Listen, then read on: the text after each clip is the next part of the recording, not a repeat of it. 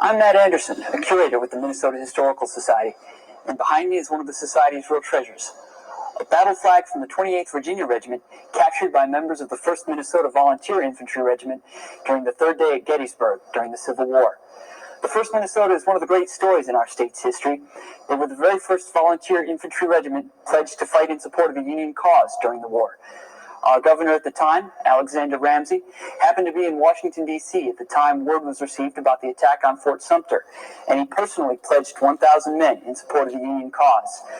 President Lincoln gratefully accepted the offer, and before long, the 1st Minnesota was mustered out at Fort Snelling and sent to the east to engage in some of the big campaigns of the first years of the war. The 1st Minnesota was at Bull Run, it was at Antietam, and of course it was at Gettysburg. It was on the second day at Gettysburg that the 1st Minnesota received its greatest glory. They were near the center of the Union line when the line was in danger of collapse. Union commanders realized they needed to buy some extra minutes to bring up reinforcements to support that hole in the line. Looking around, they spied the 1st Minnesota and ordered them to make a diversionary charge against a superior Confederate force. The 1st Minnesota made that charge and suffered greatly for it. 82% casualties were inflicted on the unit, but they held against the Confederate force and bought the necessary time for reinforcements to be called up and the Union line to be saved. Again, on the third day, the 1st Minnesota was at the center of the Union line. This time, they faced the onslaught of Pickett's charge, and they were in one of the few places where the advancing Confederates actually made it through the heavy Union defense.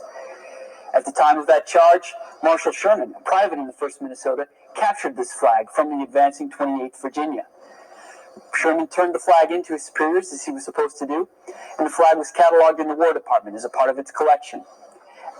Sherman requested that the flag be brought back to Minnesota. The War Department sent it, and Sherman spent the next years of his life displaying it as a trophy of war. The flag has remained here ever since, and is now part of the Minnesota Historical Society.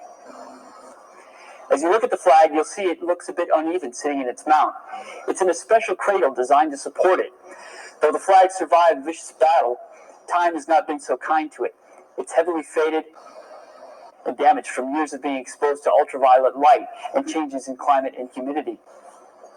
You'll also notice that the flag is torn in many places and features many holes in it. Undoubtedly, those are evidence of the Battle of Gettysburg, bullet holes and tears from the heat of battle. Just as the 1st Minnesota is one of the great stories in our state's history, this flag is one of the true treasures of the Minnesota Historical Society. No, it's another interesting thing about this flag, as I called them during the Civil War, the colors, was that Virginia, the state of Virginia, tried to get it back. But our governor at the time was Jesse Ventura, and they said no. He said, no, you can't have it back. We captured it in battle. And the state of Virginia even tried to go to court to get Minnesota to have to turn the flag back over. But they got fair and square during a war. So that's a little interesting about that flag and shows you how important they are that Virginia still wants it back. If you can send me an email or something that says you heard the story that I mentioned about Jesse Ventura and Virginia wanting the flag back, email me and you might get a treat or reward at some point here. But again, and not only did Jesse Ventura said no, but they tried again. Other governors have also said no. So thanks for watching. Take care. Bye.